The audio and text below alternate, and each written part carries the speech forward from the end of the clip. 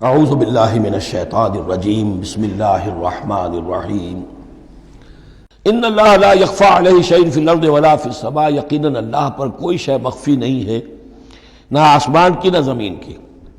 هو الذی یصورکم فی الارحام کیف یشاء، پہلی چیز اللہ کے علم سے متعلق تھی اور یہ اللہ کی قدرت سے متعلق ہے۔ وہی ہے کہ جو تمہاری نقشہ کشی کر دیتا ہے، صورت بنا دیتا ہے تمہاری ماؤں کے رحموں میں جیسا چاہتا ہے۔ کسی کے پاس چوائس نہیں ہے کہ وہ اپنا نقشہ خود بنائے۔ لا الہ الا هو العزیز الحکیم، اس کے سوا کوئی معبود نہیں، اور یہ کہ وہی العزیز ہے اور الحکیم ہے۔ هو الذی انزل علیک الکتاب منہ آیات محکمات ہن ام الکتاب واخر متشابہات، وہی ہے جس نے آپ پر یہ کتاب نازل فرمائی۔ کسی جگہ انزلہ کا لفظ بھی آ جاتا ہے، اور یہ ہوتا ہے ردم کے اعتبار سے، کیونکہ قرآن مجید کی اپنی ایک ملکوتی غنا ہے، اس کی ایک موسیقی ہے، ڈیوائن میوزک ہے، تو اس میں جو ردم کے حوالے سے اگر ضرورت ہو تو یہ الفاظ ایک دوسرے کی جگہ آ جائیں گے۔ منہ آیات المحکمات، اس میں کچھ آیات تو ہیں محکم، پختہ، حکم جیسا کہ میں نے بتایا، حکمت عقل کی پختگی، محکم آیت، پختہ آیت جس کا مفہوم بالکل واضح ہو، جس کو ادھر سے ادھر کرنے کی کوئی گنجائش نہ ہو۔ ہن ام الکتاب، اس کتاب کی جڑ اور اساس اور بنیاد وہی ہے۔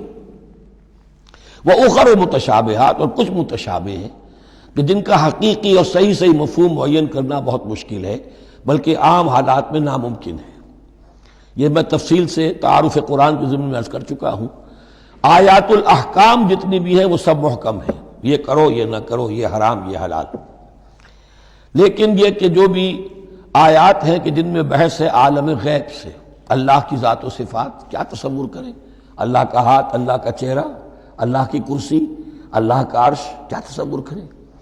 اسی طریقے سے فرشتے، عالم غیب کی شیئیں، عالم برزخ قبر میں کیا ہوتا ہے، اسی طرح عالم آخرہ جنت اور دوزخ کی اصل حقیقتیں ہم نہیں سمجھ سکتے، اس میں ہمارے ذہن کے قریب لا کر کچھ باتیں بتا دی گئی ہیں۔ ما لا یدرک کلہ لا یترک کلہ، اجمالی تصور قائم ہو جانا چاہیے، اس کے بغیر تو راستہ سیدھا رہے گا نہیں آدمی کا، لیکن ان کی تفاصیل میں نہیں جانا چاہیے۔ تو دوسرے درجے میں نے آپ کو بتایا تھا کہ کچھ فزیکل فینومینا بھی، یہ بھی ایک وقت تک رہے ہیں آیات متشابہات میں سے، لیکن رفتہ رفتہ جیسے یہ سائنس کا علم بڑھتا چلا جا رہا ہے، ان میں سے بہت سی چیزیں اب محکم ہو کر سامنے آ رہی ہیں۔ تو یہ گویا کہ شفٹنگ سینڈز کے مانند ہے کہ ان میں سے جو چیزیں، بہت سی چیزیں واضح ہو گئیں جو پہلے واضح نہیں تھیں، لیکن اب بھی بعض چیزیں ہیں، جیسے میں نے عرض کیا، 7 آسمان سے کیا مراد ہے کہ جو واضح نہیں ہے ہم پر، لیکن ہمارا یقین ہے کہ انشاءاللہ وہ وقت آئے گا کہ انسان سمجھ لے گا کہ ہاں یہی بات صحیح تھی اور یہی تعبیر صحیح تھی۔ هو الذی انزل علیک الکتاب منہ آیات محکمات ہن ام الکتاب، یہ بہت اہم ہے، اصل جو ہے جڑ کتاب کی، اس لیے کہ کتاب کے بارے میں عرض کر چکا ہوں کہ وہ ہے مجموعہ احکام۔ کتاب جیسا کہ ہم نے سورہ بقرہ میں دیکھا، جہاں حکم آیا کتب علیکم کتب علیکم کتب علیکم، تو کتاب کی جڑ اور اساس جو ہے وہ وہی ہے۔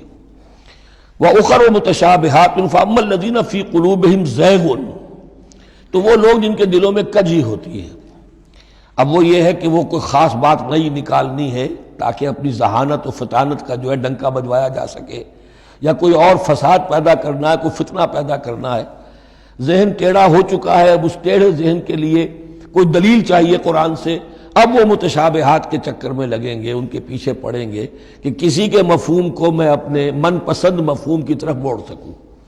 فَأَمَّا الَّذِينَ فِي قُلُوبِهِمْ زَيْغٌ فَيَتَّبِعُونَ مَا تَشَابَهَ مِنْهُ، تو وہ لوگ کہ جن کے دلوں میں کجی ہے وہ پیچھے لگتے ہیں ان کے کہ جو متشابہ ہیں، ان میں سے ابتغاء الفتنۃ، یا تو فتنہ اٹھانا چاہتے ہیں فتنے کی تلاش میں، وابتغاء تاویلہ، اور تلاش کرنے کے لیے کہ اس کی اصل حقیقت، اصل منشا، اصل مراد کیا ہے۔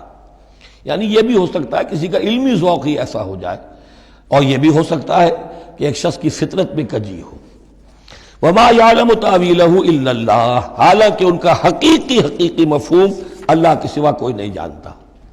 وَالرَّاسِخُونَ فِي الْعِلْمِ يَقُولُونَ، اور جو لوگ علم میں راسخ ہیں، پختہ ہیں، جن کی جڑیں گہری ہو چکی ہیں علم میں، وہ کیا کہتے ہیں؟ یقولون آمنا بہ کل من عند ربنا، ہم ایمان لائے اس کتاب پر، قرآن پر، یہ کل کا کل ہمارے رب کی طرف سے ہے، جو بات صاف سمجھ میں آ گئی ہے اس پر عمل کریں گے، جو بات پوری طرح سمجھ میں نہیں آ رہی ہے انتظار کریں گے، لیکن یہ اجمالی یقین رکھیں گے کہ یہ ہے اللہ کی کتاب۔ آمنا بہ کل من عند ربنا وما یذکر الا اولو الالباب، لیکن یہ صحیح روش اور یہ نصیحت نہیں حاصل کر سکتے مگر وہی کہ جو ہوش مند ہیں، عقل مند ہیں۔